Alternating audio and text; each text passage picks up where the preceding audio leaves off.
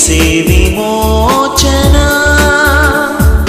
యేసే విమోచన విలువైనది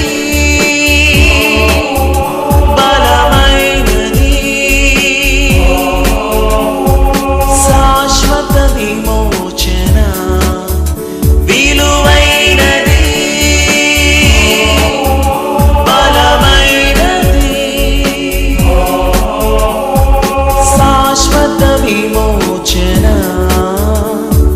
పాపుల కొరకై రక్తము కార్చిన యేసే విమోచన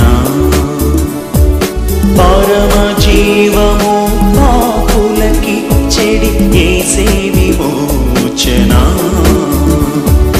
యేసే విమోచన యేసే విమోచన యేసే విమోచన యేసే విమోచన. యేసుక్రీస్తునందు అత్యంత ప్రియమైన ప్రేక్షకులకు క్రీస్తు యేసు శుభనామమున హృదయపూర్వక వందనాలు. యేసే విమోచన కార్యక్రమాన్ని వీక్షిస్తున్న ప్రతి ప్రేక్షకునికి మీ కుటుంబాలకు ఈస్టర్ శుభాకాంక్షలు తెలియచేస్తున్నాను. ప్రభువైన యేసుక్రీస్తు శరీరధారిగా ఈ లోకంలో జన్మించి ఆయన మనుషుల మధ్య సంచరించి అనేక అద్భుతాలు చేసి అనేక ఆశ్చర్య కార్యాలు చేసి ఆయన మన కొరకు సిలువకు అప్పగించబడి తన రక్తమును కార్చి సిలువలో మరణించి మన కొరకు తిరిగి లేచాడు అద్భుతకరుడు. అందుకని యెహోవాను తమకు దేవుడుగా గల జనులు ధన్యులు అని రాయబడుతుంది. ప్రియ దేవుని బిడ్డలారా, మనం సేవిస్తున్న దేవుడు మృతి పొందినవాడు కాదు. మనం ఆరాధిస్తున్న దేవుడు సజీవుడైన దేవుడు, మరణమును సహితము గెలిచి తిరిగి లేచిన మృత్యుంజయుడు. అందుకనే యేసు ప్రభువును బట్టి స్తుతిస్తూ ప్రభు నామాన్ని గణపరుస్తున్నాను. అపోస్తలుడైన పౌలు కొరింథీ సంఘానికి రాసిన మొదటి పత్రిక 15వ అధ్యాయము 14వ వచనంలో ఒక చక్కని మాట పౌలు భక్తుడు తెలియచేస్తాడు. ఆ మాటను చదివి నేను ముందుకు వెళ్తాను. క్రీస్తు లేపబడై ఉండని ఎడల మేము చేయు ప్రకటనయు వ్యర్థమే, మీ విశ్వాసము వ్యర్థమే. ఇక్కడ పౌలు భక్తుడు సంఘానికి తెలియచేస్తుంటున్నాడు, యేసుక్రీస్తు కనుక మరణమును గెలిచి తిరిగి లేచి ఉండకపోతే మేము చెప్పే ప్రకటన వల్ల ప్రయోజనం లేదు, మీరు కలిగిన విశ్వాసం వల్ల ప్రయోజనం లేదు, అదంతా శూన్యం, వ్యర్థమైపోతుంది. మన యొక్క విశ్వాసానికి నిరీక్షణ కలిగిన, మన విశ్వాసానికి ఫలము వచ్చిన, మన విశ్వాసం ఇలాగ ఉండడానికి గల కారణం ఏంటంటే పునరుద్ధానమే అనే మాటను పౌలు భక్తుడు తెలియచేస్తున్నాడు. నిజమే ప్రియ దేవుని బిడ్డలారా, క్రైస్తవుడు అతిశయించవలసింది ఏదైనా ఉందంటే క్రీస్తు పునరుద్ధానం మాత్రమే. ప్రియ దేవుని బిడ్డలారా, ప్రపంచంలో చాలామంది మహానుభావులు పుట్టారు, ఎంతోమంది శక్తివంతులు పుట్టారు, ఎంతోమంది సమర్థులు పుట్టారు, రాజ్యాలను ఏలినటువంటి రాజులు వచ్చారు. కానీ వారందరి జీవితాలు మరణంతో ముగించబడ్డాయి. బైబిల్ గ్రంథం వెలుగులో మీకు కొన్ని సత్యాలు మీకు జ్ఞాపకం చేస్తాను. ఐగుప్తును ఏలినటువంటి రాజుల యొక్క చరిత్రలు పిరమిడ్లలో నిక్షిప్తం చేయబడ్డాయి. వారి జీవితాల సమాధులతో ఆపబడింది. 16వ శతాబ్దంలో అబ్రహాం లింకన్ అమెరికాకు అధ్యక్షుడిగా పనిచేశాడు. పనిచేసిన ఆయన విశేషమైన ప్రాచుర్యాన్ని పొందాడు. ఆయన చనిపోయినప్పుడు చాలామంది ఆయన మరణం గెలిచి తిరిగి లేవాలని ప్రార్థన చేశారు. కానీ ఆ ప్రార్థనకు మాత్రమే ఆగిపోలేదు. కానీ అమెరికా లాంటి ఆధునిక ప్రపంచంలో కూడా మొదటిసారి ఒక సమాధిని తెరిచి చూచారు, అబ్రహాం లింకన్ లేచాడా అని. అంతటి విస్మయాన్ని కలుగు చేసింది అబ్రహాం లింకన్ యొక్క ప్రాచుర్యం. కానీ అబ్రహాం లింకన్ సమాధిలోనే ఉంచబడ్డాడు. జాతిపిత, మన భారతదేశపు జాతిపిత మహాత్మా గాంధీ గారు, ఆయన దేశానికి చేసిన సేవ ఎనలేని సేవ, దేశాన్ని స్వాతంత్రంలో నడిపించాడు. ఇంతటి మహానుభావుని ప్రేమించిన వారు కోకొలలుగా ఉన్నారు. అందులో కొంతమంది స్త్రీలు గాంధీ మహాత్ముడు చనిపోయినప్పుడు సమాధి దగ్గరికి వెళ్ళి, అయ్యా యేసు ప్రభు మరణం గెలిచి తిరిగి లేచాడు, మీరు కూడా లేవండని వారి ఆవేదనను సమాధి దగ్గర వెళ్ళబుచ్చి వారి కన్నీరు మున్నీరయ్యారు, వారి ప్రేమను వెల్లడి చేశారు. ప్రియ దేవుని బిడ్డలారా, ప్రపంచాన్ని ఇనుప హస్తముగా చెప్పబడినటువంటి జూలియస్ సీజర్ తన ప్రపంచపు చరిత్రలోనే అత్యంత క్రూరుడైన వాడిగా, ఒక నైపుణ్యం కలిగినటువంటి నాయకుడిగా ప్రసిద్ధి చెందినటువంటి జూలియస్ సీజర్ తన యొక్క జీవితం మరణంతో ముగించబడింది. అలెగ్జాండర్ ది గ్రేట్ అని పిలువబడినటువంటి ఆ చక్రవర్తి మరణానికి తల వంచాడు. భూమిపై పుట్టిన మహానుభావులందరూ కూడా మరణ ముందు తల వంచారు, కానీ యేసు ప్రభు మాత్రమే, యేసు ప్రభువుకు మాత్రమే మరణము తల వంచిందని ఈ సమయంలో ప్రభు పేరు మీకు జ్ఞాపకం చేస్తున్నాను. ఆయన మృత్యుంజయుడు, ఆయన శక్తివంతుడు, ఆయన సమర్థుడు. ప్రియ దేవుని బిడ్డలారా, అంత శక్తివంతమైన దేవుణ్ణి ఆరాధించటం, ఆ మృత్యుంజయుడైన దేవుని మనము ప్రభువుగా కలిగి ఉంటాం, ఆ యేసయ్యను ఆరాధించటం మనకు దీవెన అని ఈ సమయంలో నేను మీకు జ్ఞాపకం చేస్తున్నాను. అయితే ఇక్కడ యోహాను సువార్త 20వ అధ్యాయంలో ఒకసారి మిమ్మల్ని తీసుకురావాలని ఆశపడుతున్నాను.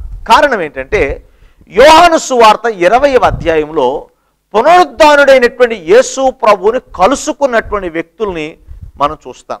యేసు ప్రభు మరణాన్ని గెలిచాడు, తిరిగి లేచాడు అంటే ఇదేదో కథ కాదు, ఇతిహాసం కాదు. చాలా మంది అంటారు యేసు ప్రభు సిలువలో చనిపోలేదు, ఆయన కాశ్మీర్ వచ్చాడు, కాశ్మీర్లో పెళ్లి చేసుకున్నాడు, కాశ్మీర్లో పిల్లల్ని కన్నాడని చెప్పి ఒక పెద్ద పుకారు పుట్టించారు. అది వాస్తవం కాదు. యేసుక్రీస్తు యొక్క మరణము రోమా సామ్రాజ్యపు రాజ్య అధికారికంగా జరిగినటువంటిది. యేసు ప్రభు యొక్క మరణం ధృవీకరించబడినటువంటిది.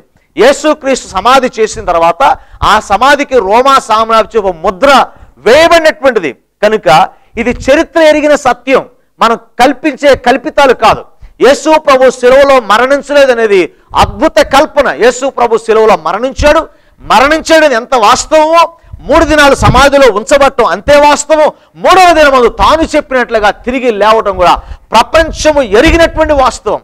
అది తెలిసినా తెలియకుండా ఉండటం బట్టి మనం ఏమీ చేయలేం. ఒక వ్యక్తి నిద్రపోతే లేపొచ్చు, నిద్రపోతూ నటిస్తే లేపలేమంటారు. అలాగే చాలామంది సత్యము ఎరిగి కూడా దాన్ని తెలియనట్టుగా ప్రవర్తిస్తుంటారు. యేసు ప్రభు మరణమును గెలిచి తిరిగి లేచాడు. అయితే యేసు ప్రభు మరణమును గెలిచి తిరిగి లేచిన తర్వాత ఆయన తన శిష్యులకు ప్రత్యక్షమయ్యాడు, అనేక మంది ప్రజలను చూచాడు, అనేక సందర్భాల్లో వారితో మాట్లాడాడు. అయితే ఆయన కలిసి మాట్లాడుతున్నటువంటి ఆయా సందర్భాలలో యేసు ప్రభువు ఎవరితో మాట్లాడాడు, మాట్లాడినప్పుడు వారు ఏ స్థితిలో ఉన్నారు, పునరుద్ధానుడైన యేసును కలుసుకున్నటువంటి శిష్యుల యొక్క స్థితిని మనం చూద్దాం. నేను ఈ సత్యాన్ని చెప్పడంలో గల కారణం ఏంటంటే 2000 సంవత్సరాల క్రితం యేసు ప్రభు మరణమును గెలిచి తిరిగి లేచినప్పుడు ఆయన కలిసినటువంటి శిష్యులు ఏ స్థితిలో ఉన్నారో ఈ రోజు కూడా చాలా మంది విశ్వాసులు అదే స్థితిలో ఉన్నారు. కనుక పునరుద్ధాన పండుగను జరుపుకుంటూ, ఈస్టర్ పండుగను జరుపుకుంటూ దేవానికి స్తోత్రం అని మన పండుగ చేసుకున్నాం తప్ప యేసు మనల్ని కలిసినప్పుడు, మనం ఆయన్ని కలుస్తున్నప్పుడు మన స్థితి ఎలా ఉంది? యోహాను సువార్త 20వ అధ్యాయం దయచేసి మేము ముందుంచుకోవాలని నేను ఆశపడుతున్నాను. యేసు ప్రభు తాను చెప్పినట్లుగానే 3వ దినమందు తిరిగి లేచాడు. ఆయన తిరిగి లేచిన తర్వాత ఆయన ఒక్కొక్కరిని ఒక్కొక్క చాట దర్శించినట్లుగా మనం చూస్తాం. మొట్టమొదటిగా మనం చూసినట్లయితే మగ్దలేని మరియా, the first woman who heard the voice of God after resurrection. Yesu పునరుద్ధానుడైన తర్వాత యేసు స్వరం విన్న మొదటి స్త్రీ ఆమె. యేసు పునరుద్ధానుడైన తర్వాత మొదటిగా చూచినటువంటి స్త్రీ మగ్దలేని మరియా. యేసు పునరుద్ధానుడైన తర్వాత మొదటిగా దేవుని చేత పంపబడిన వ్యక్తి కూడా ఈ మగ్దలేని మరియా. ఎంత ధన్యురాలండి. కానీ ఈ మగ్దలేని మరియని యేసు ప్రభు కలుసుకున్నప్పుడు, పునరుద్ధానుడైనప్పుడు మగ్దలేని మరియా యేసు ప్రభుని గురించి రోదిస్తుంది, బాధపడుతుంది, ఆవేదన చెందుతుంది. కారణం, ఖాళీ చేయబడిన సమాధిని చూచిన ఆమె యేసు ప్రభుని ఎవరో ఎత్తుకొని పోయారు అని కలవరపడుతుంది. ఈరోజు వాక్యం చూస్తున్న మనము ఈ సత్యాన్ని ఒక్కసారి గమనించాలి. యేసు ప్రభు ఖాళీ సమాధి చూచినప్పుడు యేసు ప్రభు యొక్క బోధ ఆమెకు గుర్తురాల.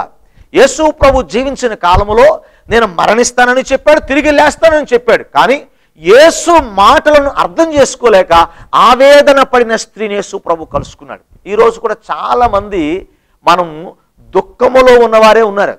యేసు ప్రభు సిలువ వేయబడ్డాడు కరెక్టే, కానీ యేసు ప్రభు సిలువ వేయబడి తిరిగి లేచి ఉన్నాడు. వాగ్దానాలు మర్చిపోయినా, దేవుని వాక్యాలు మనకు గుర్తుకు రాకపోయినా మనలో వేదనే మిగులుతుంది. అందుకని బైబిల్ గ్రంథంలో దేవుడు అనేక వాగ్దానాలు ఇచ్చాడు. ఈ వాగ్దానాలు దేని కొరకు ఇచ్చాడు? మనము నమ్మటానికి, మనం విశ్వసించడానికి, మనం ప్రభువులో ఎదగడానికి, మనం ధైర్యం పొందటానికి. కానీ వాగ్దానాలు మరిచిన వారు అధైర్యపడతారు. మగ్దలేని మరియా వాగ్దానాలను మరిచింది కనుకనే యేసు కలిసినప్పుడు, యేసు మాట్లాడుతున్నప్పుడు ఆయన స్వరమును గుర్తించలేకపోయింది. ఈరోజు ఎంతమంది అధైర్యంగా ఉన్నారు ప్రియ దేవుని బిడ్డలారా.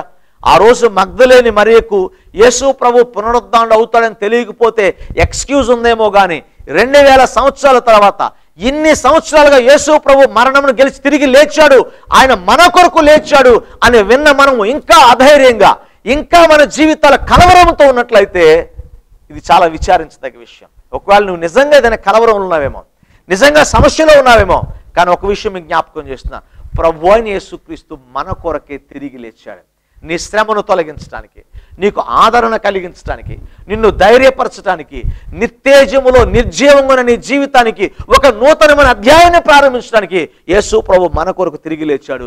ధైర్యము వహించమని ఈ సమయంలో ప్రభు పేరు మీకు జ్ఞాపకం చేస్తున్నాను.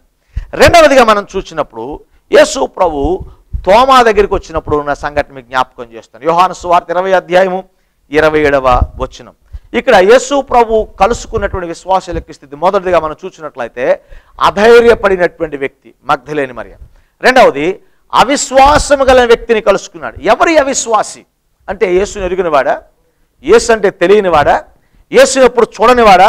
కాదండి, సాక్షాత్తు తన శిష్యుడైనటువంటి తోమా గదిలో కూర్చొని కలవరపడుతున్నాడు. ఆ సందర్భంలో యేసు ప్రభు తోమాకి ప్రత్యక్షమయ్యాడు. తోమాకి ప్రత్యక్షమై తాను యేసుని చెబుతూ ఉంటున్నాడు, ఆయన గాయములలో నేను చేయి పెట్టి చూస్తే తప్ప నేను నమ్మను అని చెప్పాడు తోమా. ఒక అవిశ్వాసిని యేసు ప్రభు కలుసుకున్నట్లుగా మనం చూస్తాం. ఈరోజు పునరుద్ధానుడైన యేసు మనల్ని ఎలా చూస్తున్నాడు? తోమా వాళ్ళు ఇంకా అవిశ్వాసం ఉంటున్నావా? యేసు ప్రభు తిరిగి లేచాడంటే నమ్మలేని దుస్థితి ఇంకా ఎవరికైనా ఉందా? ప్రియ దేవుని బిడ్డలారా, యేసు ప్రభు తిరిగి లేచిన తర్వాత కూడా ఇంకా కలవరంతో కారణం ఏంటి? నీలో అవిశ్వాసం కాదు, విశ్వాస సంబంధమైన జీవితం కొరకు ప్రభు చూస్తున్నాడు. నీ విశ్వాసమును బలపరచాలి. మనం మొదట చదివిన వాక్యం అదే. యేసు మరణము నుంచి లేచి ఉండకపోతే మన భక్తి విశ్వాసములు వ్యర్థమే అన్నాడు పౌలు. కానీ అవిశ్వాసముతో ఉండి క్రీస్తు పునరుద్ధానుడే తిరిగి లేచాడని తెలిసా కూడా మన అవిశ్వాసంతో ఉంటే మన విశ్వాసం నిజంగానే వ్యర్థం. ప్రియ దేవుని బిడ్డలారా, యేసు ప్రభు మన కొరకు మరణమును గెలిచి తిరిగి లేచినవాడు. ఆ తిరిగి లేచినటువంటి మృత్యుంజయుడైనటువంటి యేసు ప్రభువుని విశ్వసించాలి. ఆయన విశ్వసించినప్పుడు అద్భుత కార్యాలు మన జీవితంలో జరుగుతున్న ఈ సమయంలో మీకు జ్ఞాపకం చేస్తున్నాను. యోహాను సువార్త 20వ అధ్యాయం 19వ వచనంలో చూసినట్లయితే ఇక్కడ మరి ఒక గుంపును యేసు ప్రభు కలుసుకున్నాడు. మొదటిదిగా మగ్ధలేని మరియను కలిసినప్పుడు ఆమె కలవరముతో భయముతో ఉన్నది. దేవుని గుర్తించలేనటువంటి స్థితిలో ఆమె ఉన్నట్లుగా మనం చూస్తాం. రెండవదిగా తోమాను చూసినప్పుడు తోమా అవిశ్వాసిగా ఉన్నట్లుగా వ్రాయబడుతుంది. మూడవదిగా మనం చూసినట్లయితే యోహాను సువార్త 20వ అధ్యాయం 19వ వచనంలో మనం చూస్తే ఇక్కడ అంటాడు, ఆదివారం సాయంకాలం శిష్యులు యూదులకు భయపడి తాము కూడి ఉన్న ఇంటి తలుపులు మూసుకుని ఉండగా యేసు వచ్చి మధ్య నిలిచి మీకు సమాధానం కలుగును గాక అని వారితో చెప్పాను. ఇక శిష్యుల దగ్గరికి యేసు ప్రభు వచ్చాడు. మూడవది పునరుద్ధానుడైన తర్వాత వచ్చిన తర్వాత వారి స్థితి ఏమిటంటే వారు యూదులకు భయపడి అని రాయబడింది. శిష్యులందరూ కూడా యేసు ప్రభు బోధలు విన్నవాళ్ళు పునరుద్ధానం కొరకు ఎదురు చూడాలి, కానీ యూద మతాధికారులు ఏం చేస్తారని కలవరపడుతున్నారు. భయం ఎప్పుడు కూడా మనలో విశ్వాసాన్ని నశింపజేస్తుంది. అంత మాత్రమే కాదు, విజ్ఞతను కోల్పోయేలా చేస్తుంది. భయం మనలో ఉన్నటువంటి వివేకాన్ని హరించి వేస్తుంది. ఈరోజు విశ్వాసుల జీవితాల్లో భయంతో బ్రతుకుతున్నాం. ఎలా బ్రతకాలి, ఎలా జీవించాలి, నా స్థితిగతులు ఏంటి, నా భవిష్యత్తు ఏంటని. ఇక్కడ శిష్యులు కూడా మాకు నాయకుడిగా ఉంటాడని, మాకు అండగా ఉంటాడని, మాకు రాజ్యాన్ని తెస్తాడని వాగ్దానం చేసిన యేసు ప్రభువే మరణించాడు, ఇప్పుడు మా గతి ఏమిటి, మా భవిష్యత్తు ఏంటని బాధపడుతున్నారు. ప్రియ దేవుని బిడ్డలారా, ఈరోజు కార్యక్రమం ఉంటున్న మీ జీవితాల్లో కూడా అనేక భయాలు, అనేక కలవరాలు, అనేక ఆందోళనలు మీ జీవితంలో ఉండొచ్చు, కానీ భయపడిన శిష్యుల వలె ఉండొద్దు. దేవునికి స్తోత్రం. భయపడుతున్న వారి మధ్యకు యేసు ప్రభు వచ్చి వారికి సమాధానమును ప్రకటించాడు. యేసు ప్రభు పునరుద్ధానం దేనికో తెలుసా? నీకు సమాధానం అనుగ్రహించడానికి, నీలో భయమును తొలగించడానికి, నీలో ఆందోళన తొలగించడానికి, నీకున్న భవిష్యత్తు మీద కలవరం తొలగించి యుగ యుగములకు నేను సజీవుడను, నేను మీతో ఉన్నవాడను వానికి భరోసా కలిగించడానికి యేసు ప్రభు మరణమును గెలిచి మృత్యుంజయుడై తిరిగి లేచాడు. భయపడవద్దు. శిష్యులు భయపడ్డారు, నీవు భయపడవలసిన వీలు లేదు అని ఈ సమయంలో ప్రభు పేరిట నేను మీకు జ్ఞాపకం చేస్తున్నాను. నాలుగవదిగా మనం చూసినట్లయితే యోహాను సువార్త 21వ అధ్యాయం 5వ వచనం, యేసు పిల్లలారా భోజనమునకు మీ యొద్ద ఏమైనా ఉన్నదా అని వారిని అడుగగా లేదని వారు ఆయనతో చెప్పిరి. ఇక్కడ యేసు ప్రభు పునరుద్ధానుడైన తర్వాత ఆయన ప్రత్యక్షమైనటువంటి ఈసారి గలిలయ సముద్ర తీరములో చేపల పడుతున్న పేతురు బృందానికి యేసు ప్రభు ప్రత్యక్షమయ్యాడు. యేసు ప్రభు ప్రత్యక్షమైన తర్వాత వారు గుర్తుపట్టలేదు. వారు గుర్తుపట్టిన తర్వాత యేసు ప్రభు వారిని ఒక ప్రశ్న అడిగాడు. పిల్లలారా, తినుటకు మీ యొద్ద ఏమైనా ఉన్నదా అని అడిగాడు. దీనికి జవాబు చెప్పే ముందు ఈ గుంపు ఎవరో ఒక పేరు చెప్తాను. వీళ్ళు ఎవరంటే పిలుపును మరిచిన వారు. యేసు ప్రభు వారిని పిలిచాడు. పేతురుని నిన్ను మనుషులను పట్టు జాలరుగా చేస్తానని చెప్పాడు. పేతురుని నా సంఘాన్ని ఈ బండ మీద కడతాను ప్రభు వాగ్దానం చేశాడు. దేవుని పని కొరకు ప్రభువా ఎవరు విడిచినా నేను మాత్రం నిన్ను విడువను అని చెప్పాడు పేతురు. గుర్తుంది కదా మనకు పేతురు చెప్పిన మాట.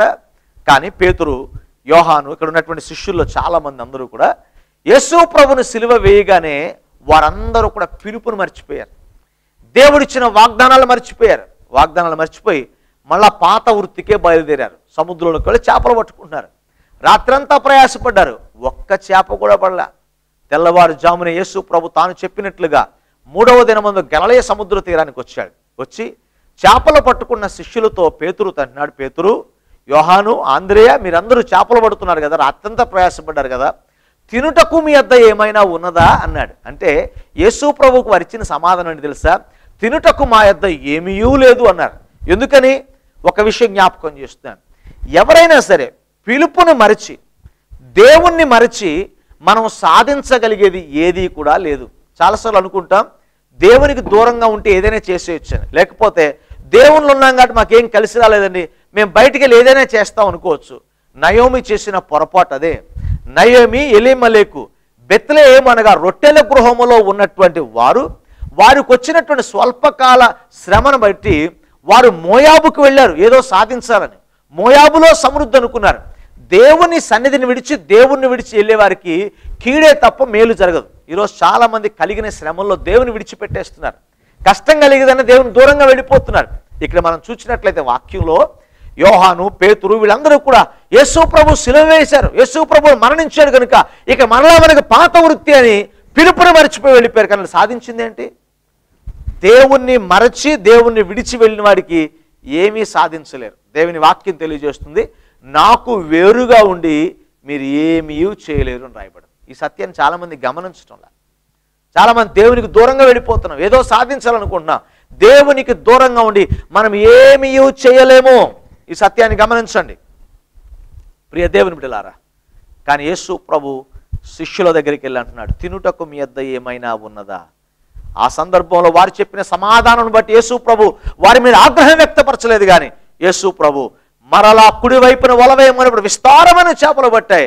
ప్రియ దేవుని బిడ్డలారా, యేసు ప్రభు వారి అవిధేయతను బట్టి వారు పిలుపు మరిచిన విధానాన్ని బట్టి శిక్షించలేదు. కానీ ప్రేమించి మరలా నేను బ్రతికి ఉన్నాను, మీ జీవితం సమృద్ధికరంగా ఉంటుందని వారికి ఒక వాగ్దానాన్ని విడిచి వెళ్ళాడు. ఈరోజు మనతో కూడా ప్రభు మాట్లాడుతున్నాడు. ఈరోజు ఒకవేళ నువ్వు ప్రభుని విడిచి వెళ్ళావేమో, దేవునికి దూరంగా బ్రతుకుతున్నావేమో, నీ శ్రమను బట్టి దేవుని విడిచి నీకు ఇష్టానుసారంగా ఉన్నావేమో. కానీ ప్రభు పునరుద్ధానం మనతో మాట్లాడుతుందని తెలుసా? Only he can make you fruitful again. ఆయన మాత్రమే మరలా సమృద్ధిలోనికి నిన్ను తీసుకురాగలడు. ఆయన మాత్రమే నీ మోడి బారిన బ్రతుకును చిగురింప చేయగలడు. ఆ పునరుద్ధారణని యేసు మాత్రమే నిన్ను సజీవునిగా చేయగలడు. ఆ పునరుద్ధారణని క్రీస్తు మాత్రమే నీలో ఉన్న దారిద్ర్యాన్ని తీసివేయగలడు.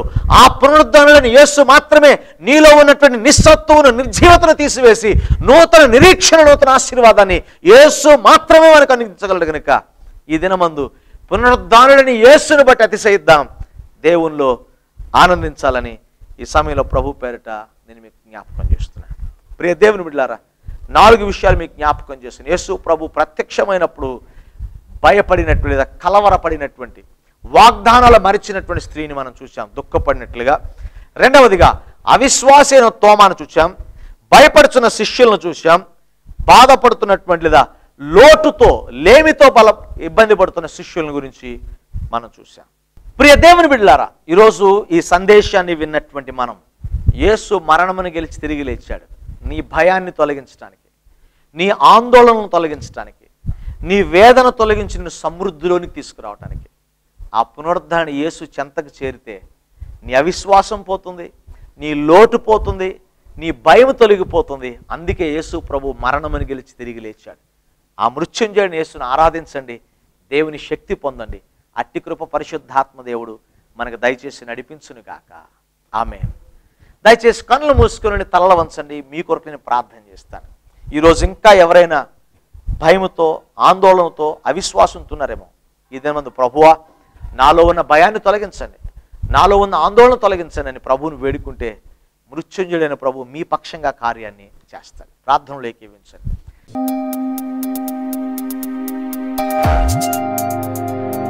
ప్రేమగల తండ్రి, పరిశుద్ధుడు అయిన దేవా, మీకు వందనాలు. యేసే విమోచన కార్యక్రమాన్ని వీక్షిస్తున్న ప్రతి ప్రేక్షకుని బట్టి మీ సన్నిధిలో ప్రార్థన చేస్తున్నాం. ప్రతి ప్రేక్షకుని మీరు దీవించండి, ఆశీర్వదించండి, వారిని మీ ఆత్మతో నింపండి తండ్రి. నీవు పునరుద్ధానుడవై ఉన్నావని ఎరిగి నీ పునరుద్ధానపు బలమును, శక్తిని వారు గైకొని విశ్వాసములో వారు ముందుకు సాగుటకు సహాయం చేయండి. వారిని మీ ఆత్మతో నింపండి తండ్రి, నీ శక్తితో నింపమని వేడుకుంటున్నాం. ఈ వాక్యం విన్న ప్రతి కుటుంబాన్ని దీవించి ఆశీర్వదించండి. నీ పునరుద్ధానపు బలము, మహిమ వీరి మీద ప్రకాశించినట్లుగా సహాయం చేయమని, మీరే మహిమను పొందమని యేసు అతి శ్రేష్టమైన నామమున అడిగి వేడుకొని ప్రార్థిస్తున్నాను తండ్రి. ఆమేన్. మన పరమ తండ్రి అయిన దేవుని ప్రేమ, కుమారుడిని క్రీస్తు కృప, పరిశుద్ధాత్మ దేవుని యొక్క అన్యోన్య సహవాసం, సమాధానం మనందరికీ తోడే నడిపించును గాక. ఆమేన్. ఈ లోక జ్ఞానము, ఈ లోక తంత్రాలు పరమున నిన్ను చేర్చలేవు. ప్రభు మార్గమే విమోచన, రక్తము కార్చిన యేసే విమోచన.